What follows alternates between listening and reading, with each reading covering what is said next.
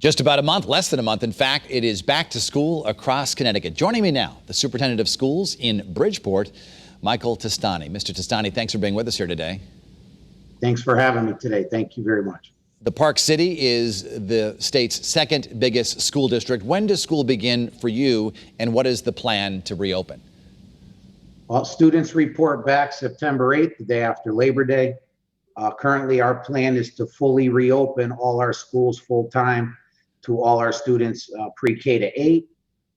We have a slight different schedule for our high school students that we're announcing today, a hybrid schedule that would allow some in-person and some remote learning based on student population. Walk us through how the day begins this fall for students in Bridgeport. For example, do they take a bus? Will there be fewer buses or more buses with wider seating or things like that? Well, some of our students do take a bus transportation. A lot of our schools are neighborhood schools, so students either walk or parents provide transportation. We're compiling all that data now in terms of how many students will be coming to in-person classes this fall and will require bus transportation. And from there, we'll work with our transportation department and our bus provider to provide for safe transportation. And when they come to school, when the students show up, will there be any screening of any kind to detect COVID? Well, right now, the state does not require any screening. We are asking that all our staff and all our students and families do self-monitor prior to leaving the house in the morning. They all are required to have a face covering when they step on campus. We will have sanitizing stations and the such throughout all our buildings to maintain a healthy and safe environment. Will the students wear masks in class? They will be required to wear face coverings in class. We will provide for frequent mask breaks during the course of the day. As we know, that'll be a challenge for some of our younger students, but they will have to wear the face coverings throughout the day. Let's talk a little bit about lunch in the cafeterias, the bathrooms, and gym class. How will that all work? Well, we're trying to minimize the use of cafeterias as much as possible, especially where we can in our K to 8 schools, and feed students in their cohort in the classroom wherever possible.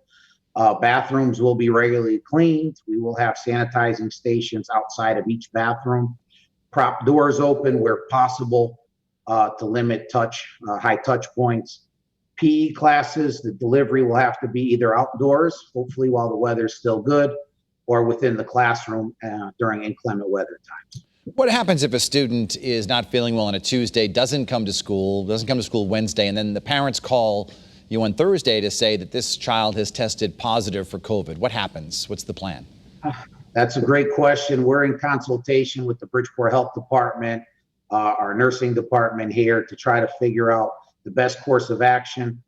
We've talked a lot about contact tracing, going back 48 to 72 hours.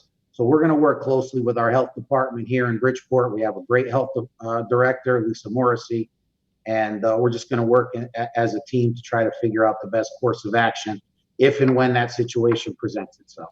As you know, a lot of teachers are a little hesitant about going back into the classrooms this fall. Have you had any teachers resign or take a leave of absence? Not necessarily indicating it's for COVID-related reasons. We have our normal resignations due to jobs in other districts. No one's actually cited anything related directly toward COVID-19. What about the school year? Will there be longer breaks? There's been some talk that some people, I know some colleges won't go back to class after Thanksgiving. What's your plan in Bridgeport? We're planning on a full school year. The state did give a waiver to 177 school days, so we will operate the calendar per the state of Connecticut guidelines. We're hoping that we're able to get full 177 days in-person learning. What about the breakfast program? I know that many kids in some of the cities in Connecticut, they do have breakfast before class. Will that continue? Yes, it will. We'll provide breakfast in the classroom so that we can get the day started with a nutritional meal. And in terms of parental involvement in the classes, I know as a parent myself, when my kids were younger, I used to volunteer in some of their classrooms. I was allowed to come in and have lunch with them on occasion. Is that allowed at all this year in Bridgeport? Right now, we're going to suspend, as much of the volunteering as possible to start the school year to limit the number of visitors that are on our campuses. That's not something that we're very happy with, but it is a mitigating strategy that we are going to take this school year. And what about athletics in Bridgeport? That's a great question. As a big athletics guy, I've played sports and coached here in the city as well many years ago. It's going to be difficult. I know we've gotten some guidance from the CIAC. I'm just not sure and real confident that we're going to be able to start the school year off with our fall sports program as we normally would. Have you heard from any parents who say, you know what, I'm just not going to send my child back to school this year? And if they decide they don't want to do that, do they have the option of e-learning at home? Yes, so we've put out a survey of sorts that parents do get to choose whether they will send their child to in-person classes or keep them home. We've had about 45% choose not to send their kids to school, and they will have a remote learning experience that we are providing. Excellent. Anything I missed, Mr. Testani, that you'd like to add?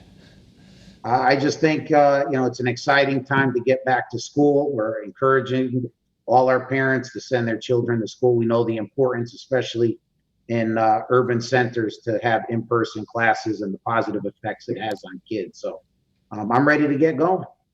Michael Testani, best of luck. He is the superintendent of schools in Bridgeport. We thank you so much for joining us, sir. Thanks for having me.